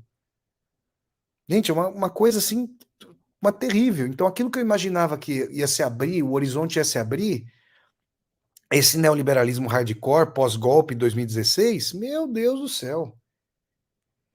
E assim, quando eu voltei, né, pro Brasil, depois de ter terminado o pós-doutorado, a minha ideia, eu quero dizer isso a vocês, a minha ideia não era sair do Brasil. Eu queria, eu queria ficar no Brasil, eu queria me assentar numa universidade pública no Brasil. Eu lecionei numa universidade pública ali durante um tempo, um contrato de trabalho temporário. Minha ideia não era sair do Brasil de novo. Eu poderia sair do Brasil eventualmente, né, para viajar, mas a minha ideia não era essa. Só que, curiosamente, você vê, né, as coisas não são lineares, mas parece que a gente vê umas pistas no que a gente faz em determinado momento antes. O Milton Santos, né, ele tem um conceito muito interessante de descoberta. Diferentemente de achar algo, descobrir implica tirar o véu, tirar a cobertura de algo que já pode estar latente. Então, se você estiver em espiritualidade, pode ser que eu estivesse redescobrindo, nem só descobrindo, como redescobrindo, revivendo. Mas, de qualquer maneira, em 2019, eu lancei o meu quarto livro, quarto filho literário, O Diário de um Escritor na Rússia. E até hoje, aquele foi o trabalho, junto com o canal, né, e os cursos que eu ministro hoje, são os trabalhos mais incríveis da minha vida. Por quê? Porque a revista Veja me contratou para eu viajar pela Rússia, por 10 cidades da Rússia europeia, e escrever os textos que eram publicados diariamente num blog da revista. Eu sempre agradeço meu querido amigo Fábio Altman, né, que hoje é editor da revista Placar, inclusive trabalha na Veja ainda, por essa oportunidade, por ter confiado no meu trabalho. Um grande abraço ao Fábio Altman, que é uma pessoa muito querida por mim. Foi um trabalho sensacional. Só que ali eu fui contratado por um mês. Então não daria para eu continuar fazendo isso profissionalmente. Veja, eu já tinha feito algo que eu estou fazendo hoje antes. Aí quando eu lancei o Diário de Escritor na Rússia, esse livro, que foi resultado do trabalho na Veja, eu comecei a rodar o Brasil. Eu fui para Recife, eu fui para Academia Recifense de Letras, eu fui para a Universidade Federal da Paraíba, em João Pessoa, Eu fui para Londrina, eu fui para a Universidade de Brasília, em Brasília. Eu estive, deixa eu ver, eu estive em São Paulo também, estive na USP para fazer, estive na FEFELESH para fazer lançamento. Eu lancei esse livro em vários locais dando palestras. Eu rodei o Brasil. Então eu falei, meu, seria muito bacana se eu pudesse trabalhar assim. Mas não sabia como. Como é que eu poderia trabalhar desse jeito? Eu não sabia como fazer isso. E aí surgiu a possibilidade, porque eu fundei o canal e comecei a ministrar os cursos pelo Zoom, os cursos literários. Quase 2 anos atrás. Foi o primeiro curso, eu abri as inscrições para o primeiro curso sobre o crime e castigo em setembro de 2020. E, gente, a sala do Zoom ali se tornou repleta, as pessoas aderiram ao curso. Minha irmã me auxiliou muito nisso. Um grande abraço para minha amada irmã Larissa. Larissa falou: Flávio, essa ideia é minha e da Larissa. Vamos fazer uma coisa bacana, porque você tem essa cabeça progressista, inclusiva, democrática. Vamos fazer o curso com um valor acessível e democrático, e você consegue fazer, fornecer as várias vagas, as pessoas vão ter acesso a um curso que eventualmente poderia ser muito caro em outras instituições, ou mesmo numa universidade, mas que pode se tornar democrático, e pessoas do Brasil inteiro, porque até então eu tinha que estar nos locais do Brasil para falar com as pessoas dos locais. Mas eu não conseguia integrar tudo. Agora, pela internet, gente, já teve pessoas do Japão, de Israel, da Rússia, da Espanha, de Portugal, de todas, praticamente todos os estados do Brasil que fizeram meus cursos, que estão fazendo os meus cursos. E isso possibilita o trabalho com a internet. Então, eu considero que se a minha formação é multidisciplinar e o meu trabalho é multimídia, as duas coisas agora se casaram.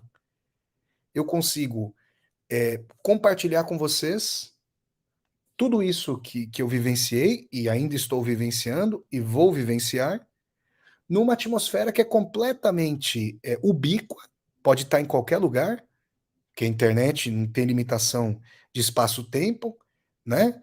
As aulas, você tem o canal do YouTube como um grande reservatório, uma grande biblioteca virtual de todo esse meu trabalho, incentivando Gente, não achem vocês que eu dou a aula no meu canal do YouTube, principalmente nos meus cursos literários pelo Zoom, onde eu aprofundo de verdade. Não é que eu não aprofunde aqui no YouTube, eu aprofundo. Mas, obviamente, que pela limitação do tempo, às vezes eu dou aqui, ó, 1 hora e pouquinho aqui, não dá para eu aprofundar. Vem, gente, nas aulas nos cursos literários pelo Zoom, tem aula minha que dura quase 3 horas e meia. E eu respondo a todas as perguntas. E a aula que eu dou por lá, nos cursos literários pelo Zoom, é uma aula que tem um nível, eu diria até melhor da aula que eu dou na universidade. Você tem pessoas das mais diversas formações, pessoas das mais diversas faixas etárias, pessoas com uma bagagem, pessoas realmente muito interessadas em ler os livros e sempre numa pegada multidisciplinar, sempre fazendo as áreas dialogarem. Então hoje eu considero o seguinte, né? Com 40 anos, eu considero que hoje o caminho que eu, assim, o sentido que eu já tinha encontrado para mim, que era ser escritor, que era ser, digamos, um pensador, conjuminar áreas do conhecimento, fazer diálogos entre vários autores e autoras, entre várias obras, nunca me restringir, digamos, a um segmento, literatura, cinema, escultura, pintura. Eu não sou muito musical, mas de qualquer maneira, juntar essas áreas. Hoje eu tenho a trajetória de estudos e a ferramenta nas mãos. Então, gente, eu sou muito grato à plataforma aqui, ao YouTube e às redes sociais que possibilitam isso que para minha vida é uma verdadeira revolução. E como vocês reconhecem, né, têm reconhecido muito o meu trabalho, eu só posso me sentir congratulado e quero agradecer muito a todas e a todos vocês que acompanham o trabalho, todo mundo. Eu quero agradecer todo mundo, pedir para o pessoal dar um like aqui no vídeo, né? Deem um like no vídeo, que compartilhem o vídeo nas redes sociais, agradecer porque vocês são parte inequívoca disso. E, sobretudo, as pessoas que se tornam membros do canal, que apoiam o canal. Vocês podem se tornar membro aqui, embaixo do chat. Tem o retângulozinho com cifrão, vocês podem se tornar membros do canal. E mais, né? O pessoal que faz o curso, todo mundo me ajuda. Quem dá like, de quem dá like a quem faz o curso. Agora, claro, quem está fazendo o curso, gente, tá aí sendo partícipe objetivo imediato da Universidade Aberta do Vassoler. Então, aquilo que eu pensava no meio da graduação estava certo.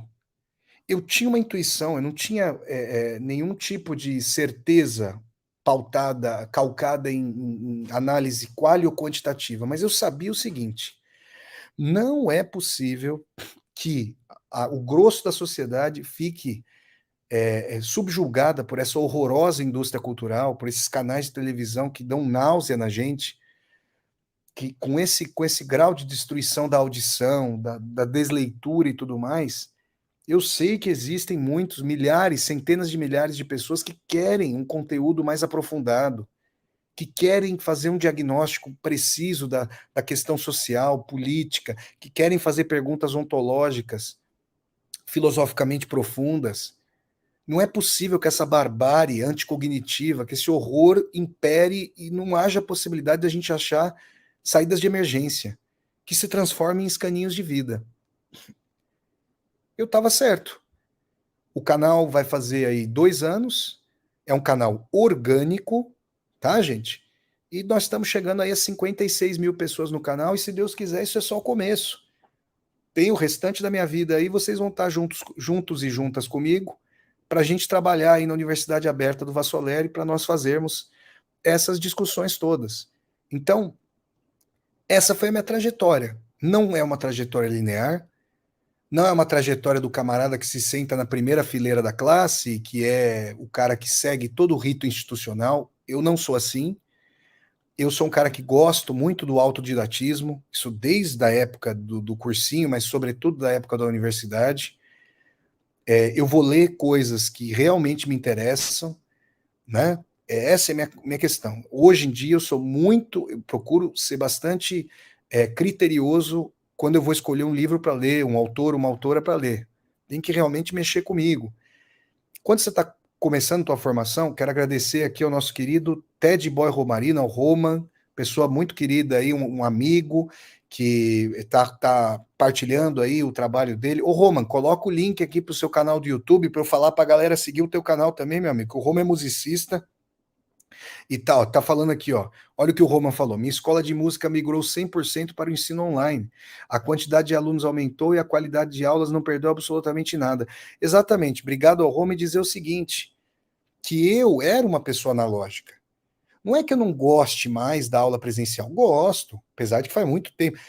Eu ainda dou aula presencial na universidade, mas assim, gente, é incomparável o acesso. Peguem aí, tem dezenas de milhares de visualizações em vídeos das aulas, por exemplo, que eu dei sobre a Ucrânia, sobre o conflito na Ucrânia. Gente, é realmente uma democratização do acesso aí. E os cursos literários pelo Zoom, com valores acessíveis, são essa tentativa de verticalizar mesmo, com grandes obras da literatura. Olha, eu já falei sobre Dostoiévski, já dei vários cursos sobre Dostoiévski, o autor a quem eu dediquei mais de 10 anos da minha vida. Falei sobre o Albert Camus, falei sobre o George Orwell, falei sobre o Franz Kafka, estou falando sobre José Saramago. Inclusive, agora no dia 1 de agosto, vão se abrir as inscrições para um novo curso literário a respeito do romance O Evangelho segundo Jesus Cristo do Saramago, que para mim é a melhor obra do Saramago, obra-prima. Então, olha aqui o Felipe. Coloquem, gente, agora eu vou fazer o seguinte, agora eu gostaria de responder a perguntas de vocês. Então, a partir de agora, eu vou pedir 2 coisas, que vocês comecem a colocar, tanto no Instagram como no Facebook e aqui no chat do YouTube, a cidade de onde vocês vêm, para eu dar uma moral aqui para vocês, e perguntas. Coloquem perguntas, por favor. Professor, o Felipe está falando aqui no Instagram. Professor, importante você preencher esse vácuo, essa distância entre universidade e sociedade através da internet. A distância entre universidade e sociedade é feita por políticas públicas conservadoras, não é pela universidade em si. Né? Eu acho importante dizer isso. Porque quem estava aproveitando, disseminando desconhecimento era a extrema-direita. Exatamente.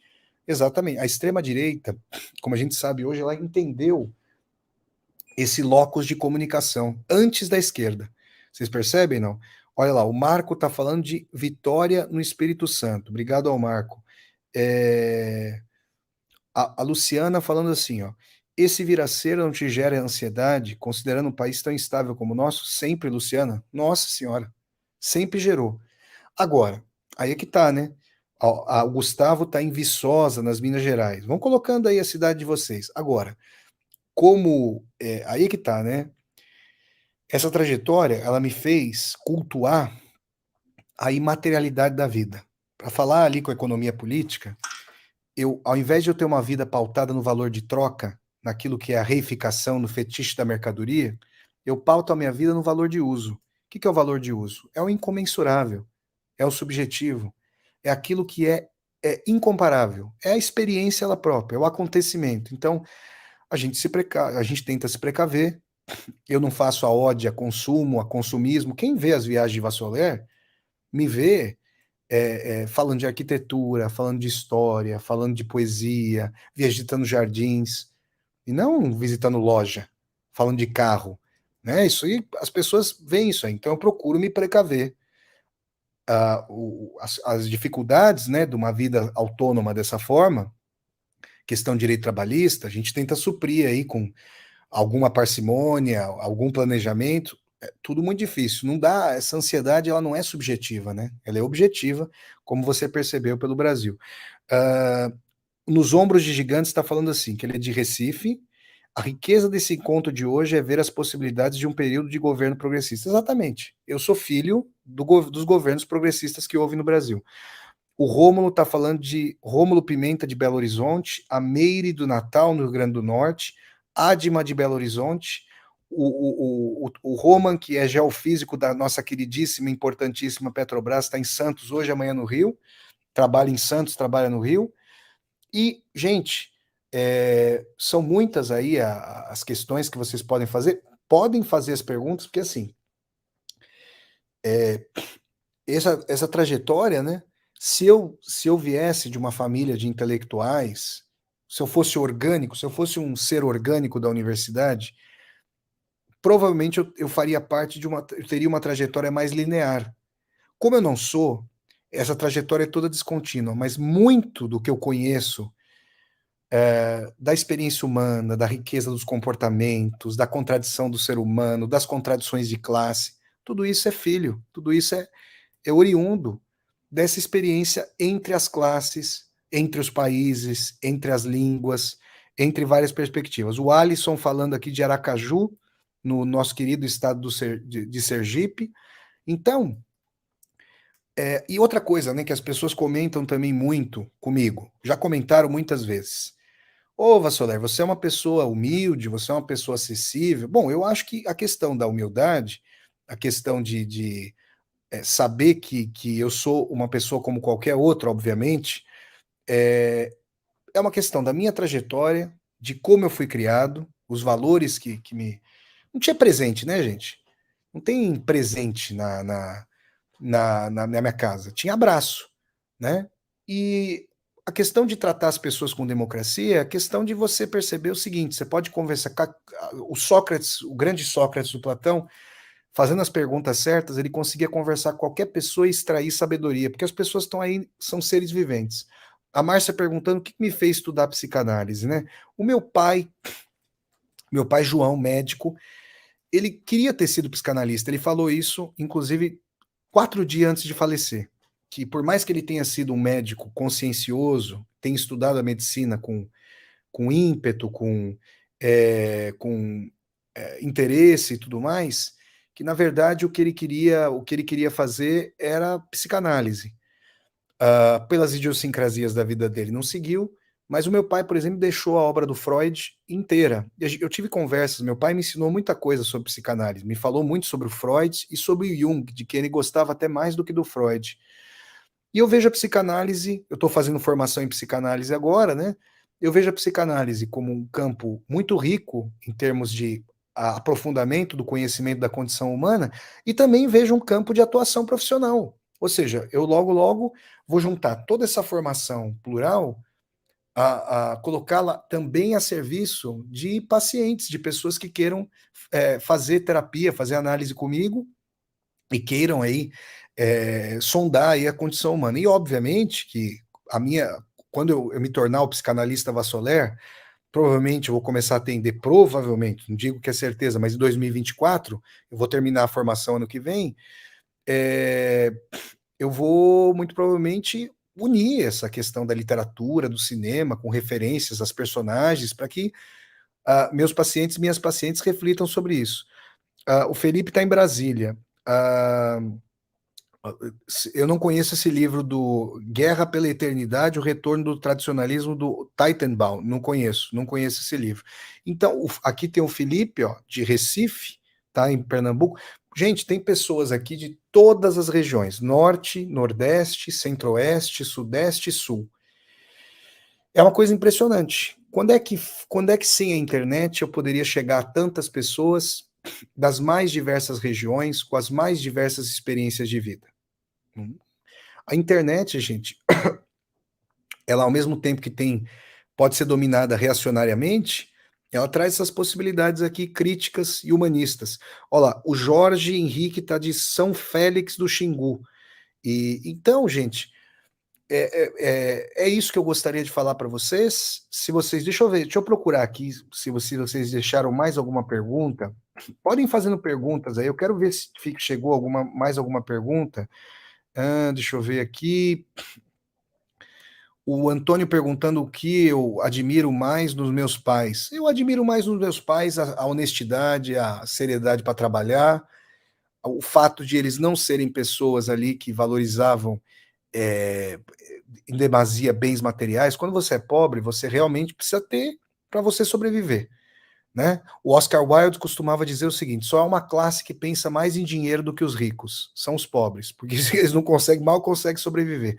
Mas os meus pais passaram amor, valor, seriedade pelo trabalho, me deram para nós, para mim, para minha irmã, a condição para a gente poder estudar. Então, nunca vou fazer o que eu faço dar essa dignidade. Aí, deixa eu ver aqui, ó, o Flávio está em Sorocaba, e está aqui. A Marta Osório está perguntando onde eu faço psicanálise. Tem um curso chamado Cefas, em Campinas, que foi indicado pelo meu psicanalista, que é muito bacana, eu estou gostando muito da formação. O André Luiz está falando assim, ó, num mundo tão utilitarista, cada vez mais precisamos dos trabalhos nas áreas de humanas, precisamos voltar a ver a beleza nas coisas. O André está falando aqui do Instagram, muito obrigado. O José César está em Passo Fundo, Rio Grande do Sul, falou que está passando roupa ó, e curtindo esse papo legal com o professor Vassoler. Obrigado, viu, José? Então, gente, é isso que eu gostaria aqui de falar com vocês. Nesse Vassoler Responde. Agora vocês sabem como foi minha trajetória, que foi extremamente intrincada, ramificada. A Daniele está em Niterói, no Rio de Janeiro. Foi para várias direções. Eu não sabia que eu ia fazer um canal do YouTube, eu não sabia. Eu não sabia que era possível fazer uma universidade aberta do Vassoler com acesso para um número ilimitado de pessoas. Eu não sabia que era possível, né, tocar a vida dessa forma, e eu entrevejo uma possibilidade de continuar a trabalhar com isso até eu me aposentar. Então eu quero agradecer a todas e a todos vocês e dizer o seguinte: querem continuar participando do canal, querem ver o Vassoler fazendo as viagens de Vassoler, querem ver essa universidade do Vassoler expandida, peguem esse vídeo, peguem os vídeos do canal, mandem para as pessoas pelo WhatsApp, compartilhem no Facebook, compartilhem no Instagram, compartilhem no Twitter, façam os cursos, se matriculem nos cursos, se inscrevam nos cursos literários que eu ministro pelo Zoom, tem valores acessíveis. E quem achar que eventualmente precisaria parcelar o valor no cartão, ainda dá para parcelar. Vai abrir um novo curso aí, tá? A Ana tá falando assim, ó, de Salvador, no nossa querida Bahia. Encontra um diálogo profícuo entre as ciências sociais e a psicologia analítica de Jung. O que acha? Com certeza, Ana. O Jung é totalmente polissêmico com a mitologia. O Jung é outro com uma trajetória heterodoxa. Então, eu acho que esses diálogos prolíficos, Ana, são muito fortes. Você sabe que o primeiro livro que eu vi meu pai lendo, eu lembro como se fosse agora, viu, Ana? Foi uma. Ó, a Adma aqui falando assim, ó. Sinceridade, honestidade. A Adma me conheceu na TV 247. Seja muito bem-vinda, minha querida Adma Santos. Aqui, ó. A Ana também falando aqui, ó. Ó, o Roman tá falando que está no segundo curso com Vassoler, pretende fazer muitos mais. Inclusive, o Roman chamou a dona Beth, a sogra dele, gente finíssima, para fazer os cursos. Eu agradeço muito ao Roman, por o Ted Boy Romarino. E aí que eu ia falar é o seguinte, eu acho que no ano de 1990, 91, 92, eu lembro de estar na... Meu pai morava em Ribeirão Pires, onde eu nasci. Eu nasci para a vida em São Bernardo do Campo, mas eu nasci biologicamente em Ribeirão Pires. Eu digo biologicamente porque eu não tenho memória lá de Ribeirão, que eu saí com menos de um aninho, quando meu pai e minha mãe se separaram.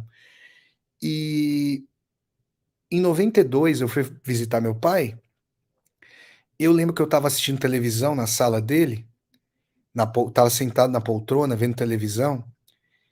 E aí meu pai acabou caindo no sono, começou a roncar lá no quarto dele. Aí a hora que eu entrei no quarto dele, meu pai estava com um livro deitado no peito. E era uma biografia de Carl Gustav Jung. Aí eu vi o sobrenome, eu tinha 11 anos de idade, né? Aí eu vi o sobrenome Jung, eu falei, pai, a hora que ele acordou, eu falei, pai, que livro é esse que você está lendo? Quem que é esse japonês? Porque eu achei que o Jung era japonês. Eu achei que era. Aí meu pai me explicou, não, meu filho. Ele explicou quem era e tudo mais. Então, e eu lembro também do meu pai me falando para estudar inglês, francês e alemão. E até hoje eu tenho os livros, né? Meu pai faleceu, infelizmente, todos eles já faleceram. E ele deixou um livro, esses 3 livros: inglês por imagens, alemão por imagens, francês por imagens. Das ist das Buch. Esse é o livro. Aí tinha lá a imagem da figura em alemão, o cara mostrando um livro. Era uma coisa aí muito forte. Então essas coisas marcaram, né? Foram me marcando. E tinha uma coisa também, né, para escrever, né? Porque, claro, né, as pessoas hoje em dia, né, o audiovisual, infelizmente, é muito mais forte do que a literatura, do que a leitura. Mas eu essencialmente sou um escritor e sou um nômade e um escritor.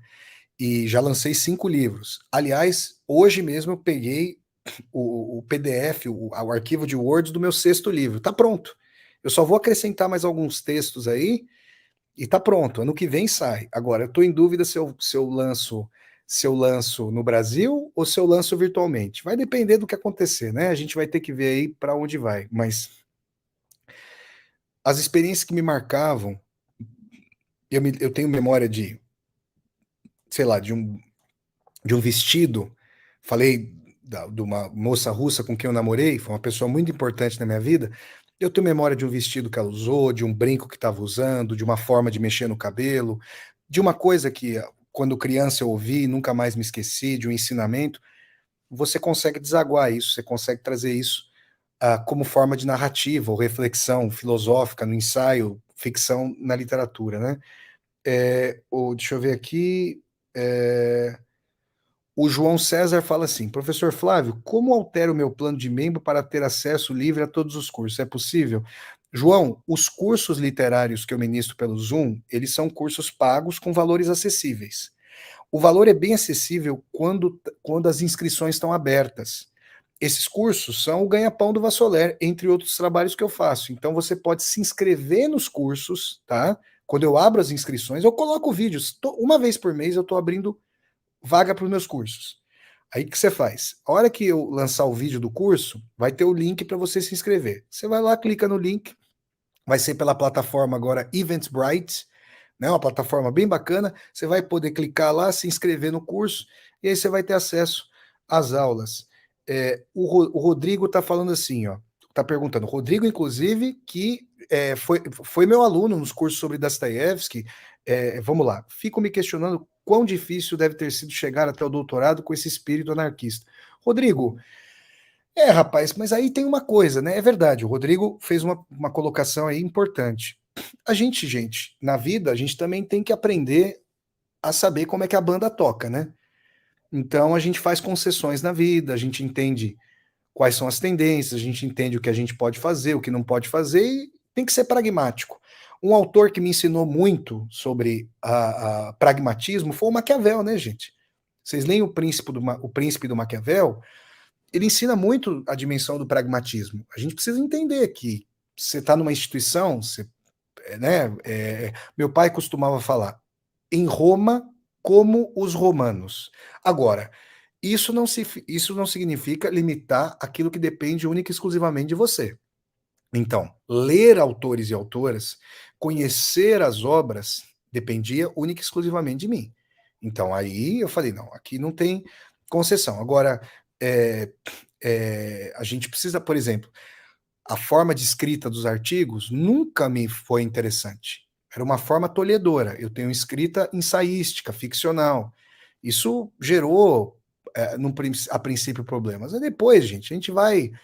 Para você escolher a música na jukebox, para você escolher a ficha, comprar a ficha, escolher a música, você precisa saber como é que se toca a música, não precisa? Aí você compra a fichinha e põe, vamos dizer assim, na analogia que eu estou fazendo. Então você tem que ter um jogo de cintura aí para lidar. E eu tive relações muito boas aí, meu orientador Jorge de Almeida, uma figura muito dialógica durante o doutorado, foi tudo tranquilo. E também o estudo da literatura, e também eu escolhi essa área por causa disso, ela, é, a literatura permite essa interdisciplinaridade mais talvez do que outras áreas. Não que as outras áreas não permitam, mas é que realmente o escopo da literatura é a experiência humana. Aí o Ted Boy fala assim: Rodrigo, acho que para um cara de espírito anarquista, não só o doutorado é um desafio a vida cotidiana inteira. Ted Boy, com certeza, meu amigo. Você sabe que agora fazendo a formação em psicanálise, você também faz a análise pessoal. Então eu voltei a fazer análise. Eu já tinha feito terapia há muito tempo e voltei a fazer análise. É sensacional, gente. Fazer análise agora mais velho, mais cônscio das próprias potências e também limitações, entender as escolhas de vida e também aquilo que a gente não consegue escolher, aquilo que a gente vai carregar como sentimento do mundo, como diria Carlos Drummond de Andrade, até o fim da vida. Tudo isso foi muito importante. Então, gente, olha, eu quero agradecer muito a vocês, muito mesmo. Coloquem aí, por favor, a cidade de onde vocês estão falando, para eu dar uma moral aqui para vocês nessa despedida do vídeo. Muito obrigado a quem acompanhou esse vídeo aqui. Muitas pessoas ao longo desses 2 anos do canal, a gente entrou na semana de comemoração dos 2 anos do canal. Nesse domingo, agora, eu vou fazer uma festa virtual aqui no canal para comemorar os 2 anos. Vou falar como é que é fazer o canal. Aí eu vou contar, né, os bastidores, como é que é fazer o canal, como é que eu escolho os temas. Então, 2 anos, gente. 2 anos. Vai chegar, se Deus quiser, vai chegar o tempo da gente comemorar 10 anos de canal. Depois 15 anos de canal. Aí o Vassoler se aposenta com 20 anos de canal. Será que dá? Será que dá? Se Deus quiser, vai dar, né, gente? Se Deus quiser. E, ó, a Camila tá aqui, ó. Uberlândia, nascida em Cuiabá. A Marta, Porto Alegre. Tá dando os parabéns aqui. Muito obrigado a Marta. Muito obrigado a Camila. Ó. A Nilvaneide de Lima, de Arapiraca. Inclusive tem o time do Asa de Arapiraca que ganhou do Palmeiras. Viu, Nilvaneide? Eu sou muito grata a você, porque eu sou corintiana, a sua cidade, e o time da sua cidade venceu o Palmeiras. Acho que foi uma derrota cachapante que o Palmeiras sofreu, com todo respeito aos palmeirenses e às palmeirenses, mas o meu irmão, quando o Corinthians perde, ele vem tirar sarro. Então, o Palmeiras perdeu para o Asa de Arapiraca, eu nunca vou esquecer. Olha aqui, o Marcos mora em Araguari, no Triângulo Mineiro, Beraba, Berlândia e Araguari. Aqui a Ana está falando assim: um abraço e todo sucesso aos seus desejos e planos. Receba a energia dos orixás. Muito obrigado. Você sabe, Ana, querida, que a cidade que eu mais tenho vontade de conhecer no Brasil e que eu ainda não conheci é Salvador.